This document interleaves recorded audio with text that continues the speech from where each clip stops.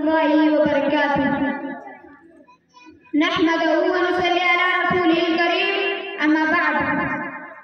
फ़अऊज़ु बिल्लाहि मिनश शैतानिर रजीम, बिस्मिल्लाहिर रहमानिर रहीम। इन्ना सलाता तन्हा अनिल फ़हशाइ वल मुनकर। सदरे महतरम दीन व मिल्ली भाइयों और असातिज़ाए किराम और दूर दराज से आए मेहमाने किराम, आज की इस पुरौनक बज़्म में जिस मौज़ू के तहत लफ्ज़ करना चाहता हूँ वह है नमाज की अहमियत। आप हज़रात जानते हैं कि इस्लाम की बुनियाद 5 चीज़ों पर कायम है। नंबर 1 कलमा शहादत का इक़रार करना, नंबर 2 नमाज कायम करना, नंबर 3 ज़कात देना, नंबर 4 रमज़ान के रोज़े रखना, नंबर 5 अगर रुख़सत हो तो बैतुल्लाह का हज करना। इस्लाम के 5 अरकान में से एक निहायत नमाज है, जिसको कायम करने का अल्लाह रब्बुल आलमीन ने बार-बार हुक्म दिया।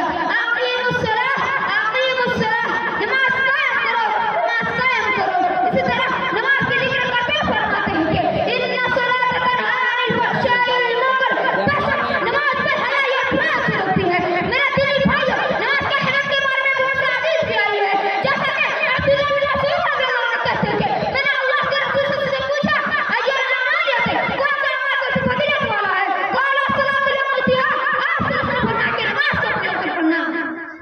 इसी तरह हदीस में नमाज का मुनाफ़ा कफ़ार कहा गया है, नमाज का मुनाफ़ा ठंडा कहा गया है, नमाज को दिल का सुकून कहा गया है, जिसके बगैर दिल का कायम रहना मुश्किल है। 10 साल की उम्र का पाकना छूने वाला फरमाने का हुक्म दिया गया है और बताया गया है कि मोमिन को काफिर के दरमियान फर्क करने वाली चीज नमाज है। आइए नमाज के अहमियत के बारे में एक वाक़या सुनें। हज़रत अबू हुरैरा बयान करते हैं कि एक कबीले का 2 शख्स साथ मुसलमान हुए, उनमें से एक जिहाद फी सबीलिल्लाह में शहीद हो गए और दूसरे का इंतकाल कर गए। ख्वाब में देखा कि वो शख्स जिसका एक साथ पर इंतकाल हुआ वो शहीद से पहले जन्नत में दाखिल हुए।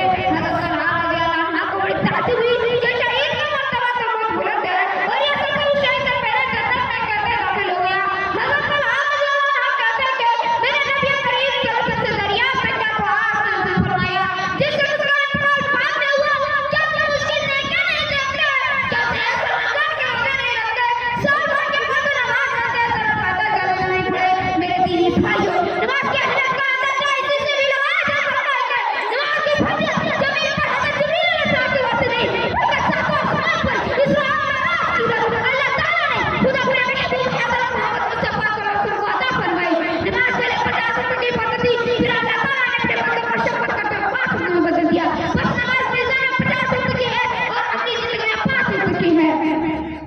मेरे दीनी भाइयों, आज जब हम मुस्लिम माशरे में निगाह डालते हैं तो देखते हैं कि बाज़ लोग कलमा शहादत का इक़रार कर लेने के बावजूद नमाज की पाबंदी नहीं करते और ना कोई अहमियत देते। लिहाजा आज ज़रूरी इस बात की है कि हमें नमाज की अहमियत को बताकर समझाकर इसकी पाबंदी करें। क्यों ना कि हदीस के अंदर है कि क़यामत के दिन सबसे पहले नमाज के बारे में हिसाब होगा। इस